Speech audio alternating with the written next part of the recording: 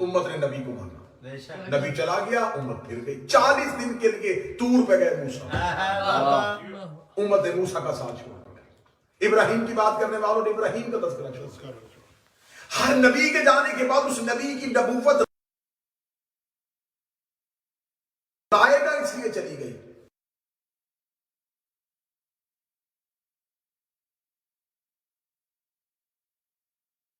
کسی نبی کا بیٹا حسین نہیں تھا۔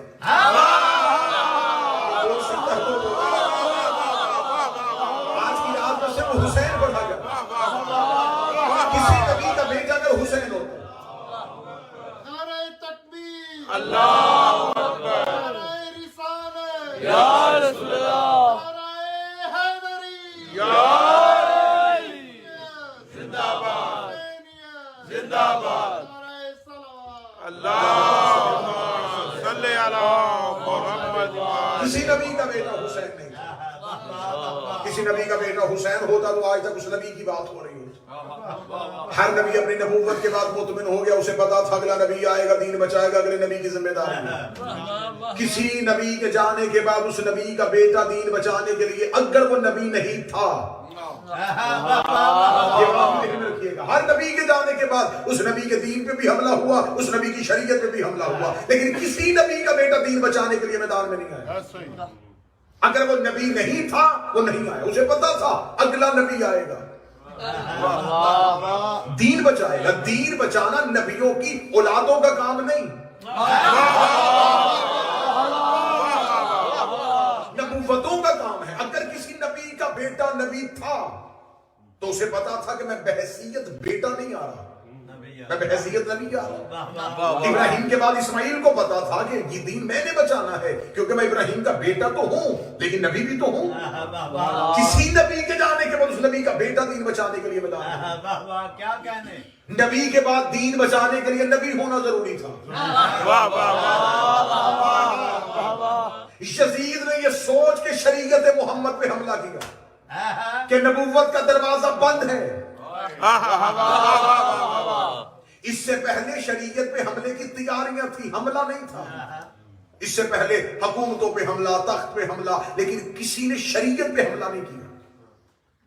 اس سے پہلے کسی نے شریعت محمدی کو بحال کرنے کی کوشش نہیں کی۔ پہلی بار یزید نے کہا میں حلال محمد کو حرام کرتا ہوں، میں حرام محمد کو حلال کرتا ہوں۔ اب اس نے کیا شریعت پہ حملہ۔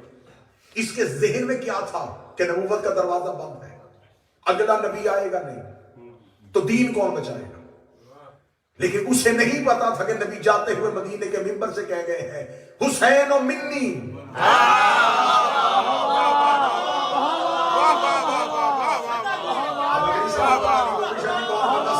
اگر رسول صرف حسین و منی کہتے تو آج مولوی کہہ دیتا نواسا تھا محبت میں کہہ دیا، نبی نے آگے انا من الحسین، صرف حسین مجھ سے نہیں، میں بھی حسین سے ہوں، میں بھی حسین سے ہوں۔ 28 سفر مدینہ کی آخری رسول کی سانس تک حسین رسول سے تھا، اب قیامت کی صبح تک رسول حسین سے۔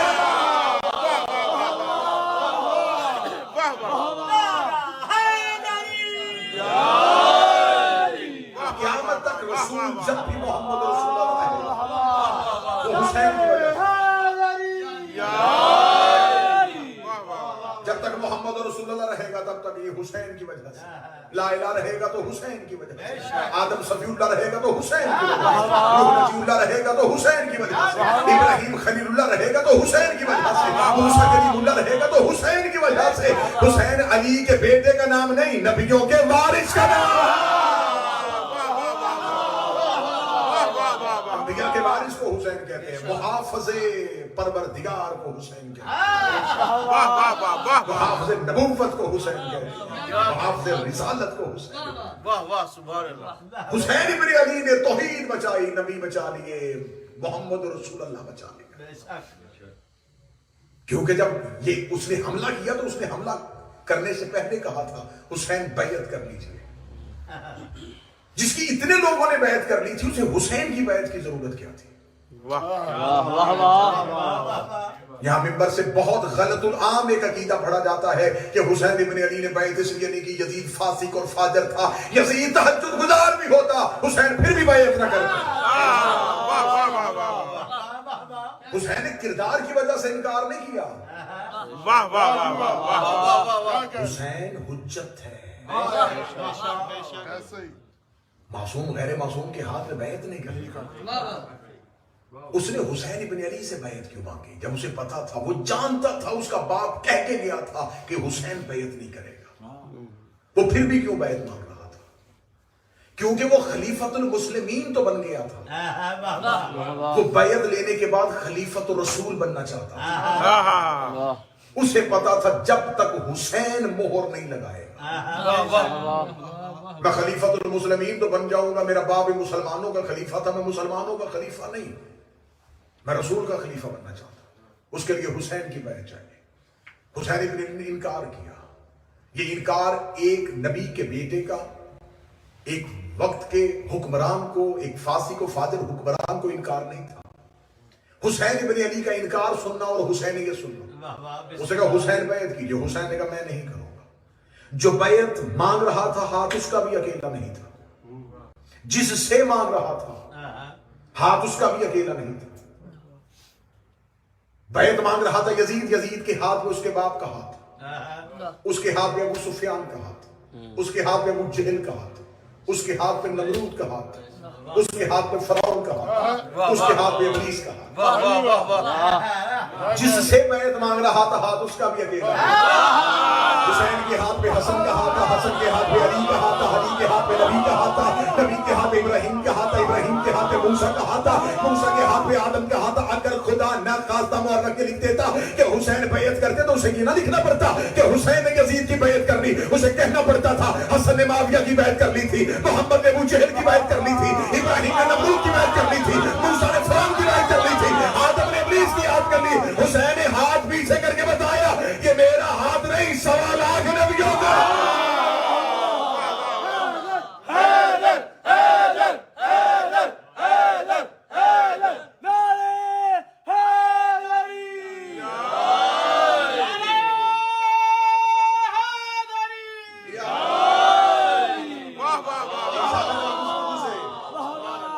کل موضوع کے ساتھ متصل ہو جائے گا، انما ولیکم اللہ ورسولہ موضوع کے ساتھ متصل ہو گیا۔ آج صرف حسینیت سن، بسم اللہ۔ آدم سے دین چلا خاتم تک، نبوتیں ختم ہو رہی تھی، حسین نے بچائی۔ اب آدم صفی اللہ، حسین کی وجہ، نبی اللہ حسین کی وجہ، ابراہیم خلیل اللہ حسین کی وجہ سے۔ میں جملہ بڑی عمومی سطح پہ کہہ رہا ہوں، اگر جملے کی بلندی پہ جاؤ تو میں ایک جست پہ مخصوص سطح پہ جملہ کہنے لگا ہوں۔ میں کہہ رہا ہوں آدم صفی اللہ حسین کی وجہ سے، نوح نبی اللہ حسین کی وجہ سے، ابراہیم خلیل اللہ حسین کی وجہ سے۔ میرا اللہ کوئی ایک بندہ ہو جو وہاں جائے جہاں میں لے کے جانا، وہ لا الہ حسین کی وجہ سے۔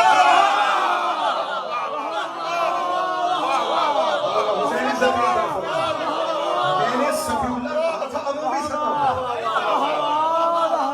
بات صفی اللہ نجی اللہ کی نہیں ہو رہی، بات کلیم اللہ خلیل اللہ کی نہیں، وہ لا الہ الا اللہ۔ میری نہ مانو تو اجمیر میں سوئے ہوئے اس فقیر دین است حسین،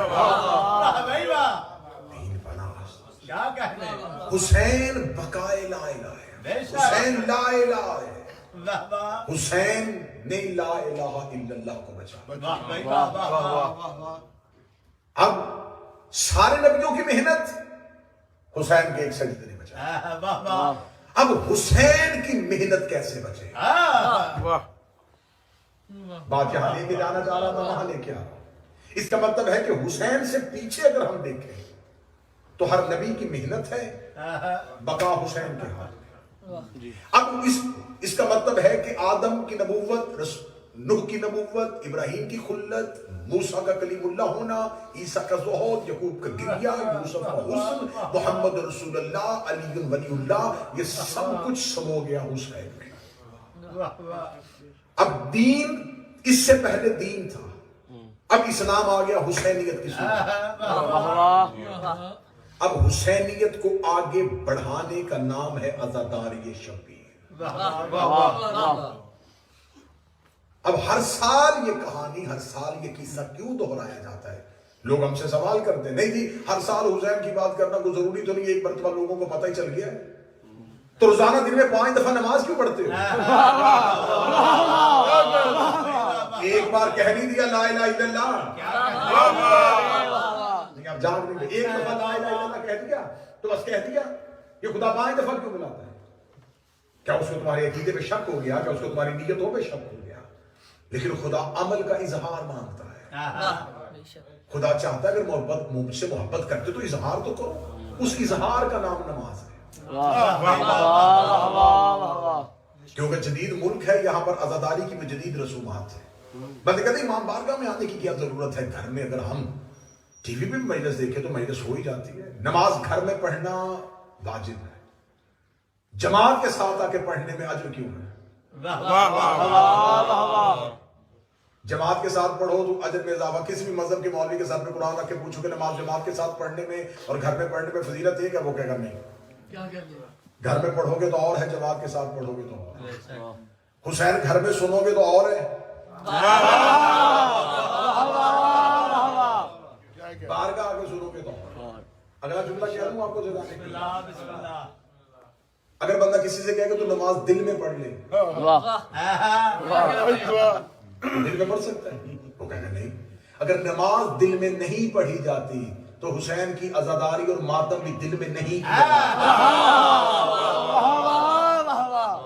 خدا ہر چیز کا عمل مانگتا ہے ثبوت کے صورت میں.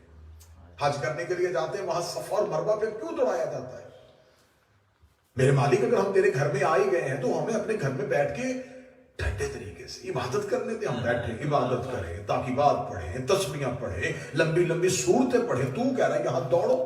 خدا نے کہا یہاں دوڑنا پڑے گا. میرے مالک یہاں کیوں دوڑے؟ فرمایا اس لیے دوڑو کہ یہاں پر ایک نبی کی ماں ہے.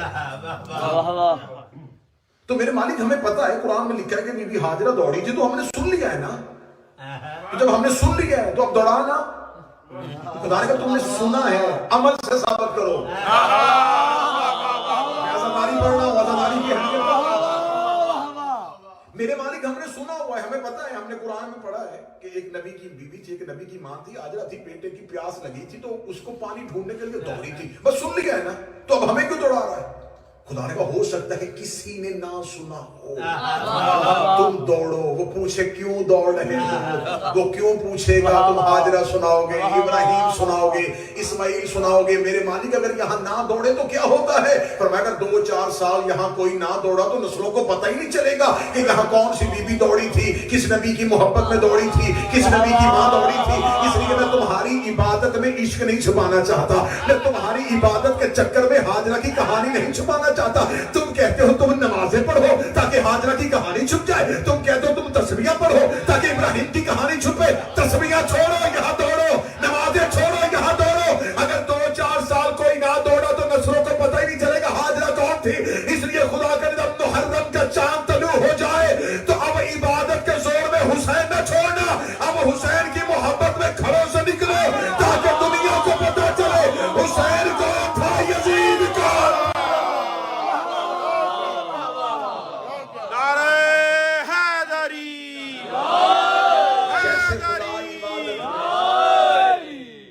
اگر آج کہیں گے میرے مالک ہم عبادت کریں گے، مجھے عبادت نہیں، مجھے عشق مکمل چاہیے. خدا واقعات کو زندہ رکھتا ہے، خدا واقعات کو زندہ رکھتا ہے تاکہ عشق کی کہانی چھپنے نہ پائے. سبحان اللہ. پورے کا پورا مذہب اسلام اظہار مانگتا ہے. خدا نے اسلام سے پہلے جو ایک مذہب قائم ہے پوری دنیا میں قائم ہے وہ احساس کا مذہب ہے. کسی کا احساس کرو، یہ ہر مذہب سکھاتا ہے.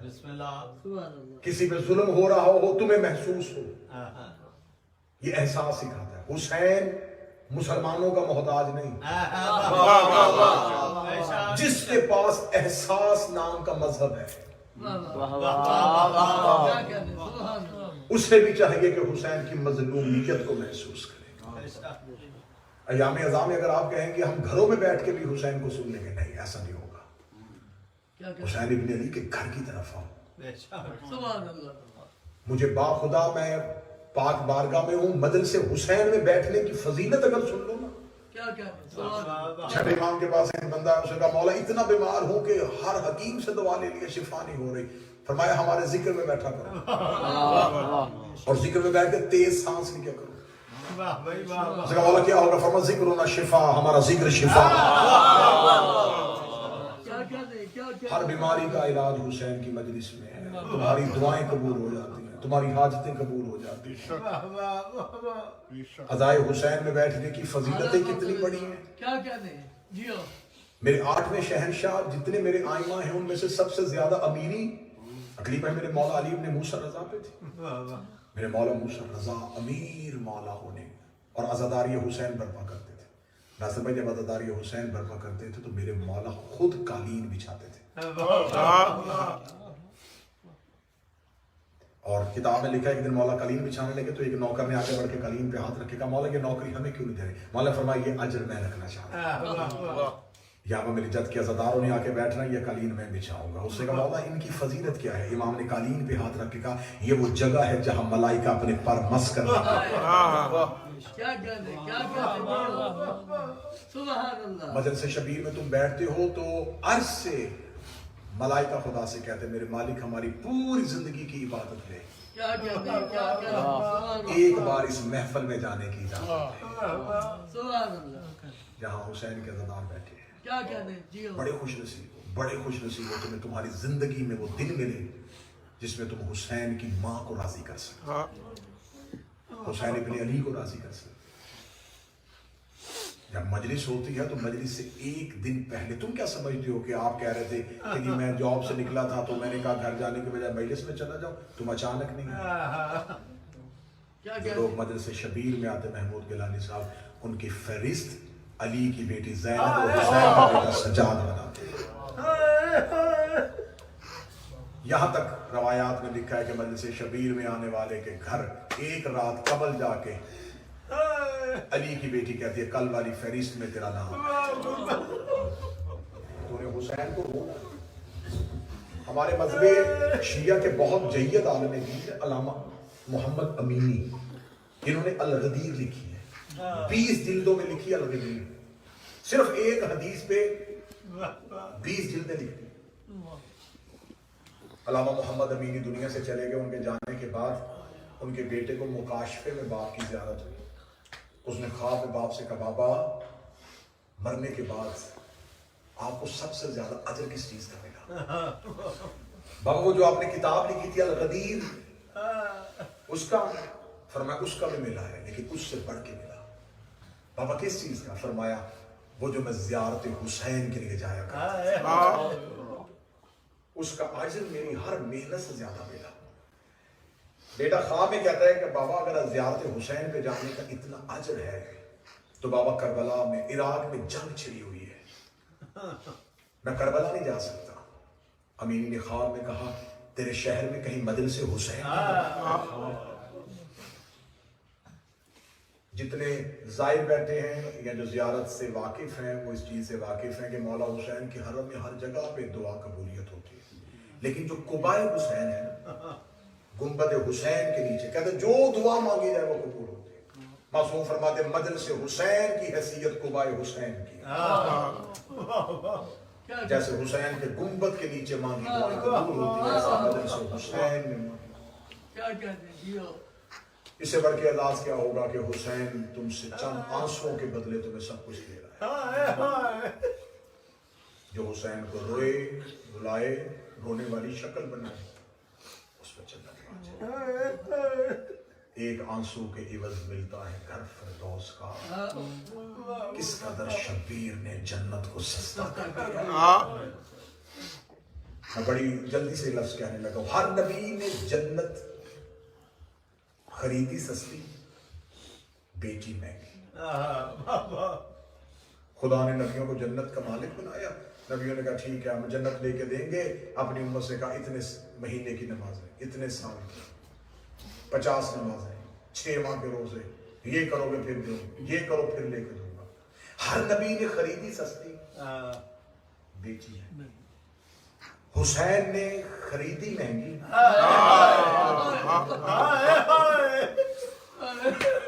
جس نے نہیں ہائے کہا وہ مجھ سے پوچھے کہ آپ نے کہا مہنگی خریدی، کیا مہنگی خریدی؟ اکبر کا لہو دے کے حسین نے جوان بھائی کے بازو دیا، 6 ماہ کا بیٹا دیا، جس کی نئی ہائے نکلی وہ چاند رات رونے نہیں آیا، بہن کا برقع دیا، بیٹی کے تر دیا، بیٹی کتنی؟ فرمایا ایک مچھر کا پر بھی تیری یاد میں آنسو، میں محمد کا بیٹا تیری جنت میں، ابھی میت تمام ہوگی، ماتم داری ہوگی، محرم کا چاند آسمان پہ نہ بھی نظر آئے، اس نیت سے وہ آسمان کی طرف، اور یہ سوچ کے کرنا کہ تم آباد شہر کے چاند دیکھو، علی کی بیٹیوں نے جنگلوں میں یہ چاند،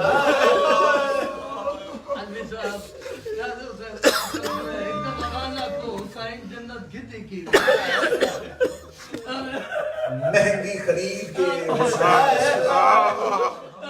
اکبر کا جگر دیا،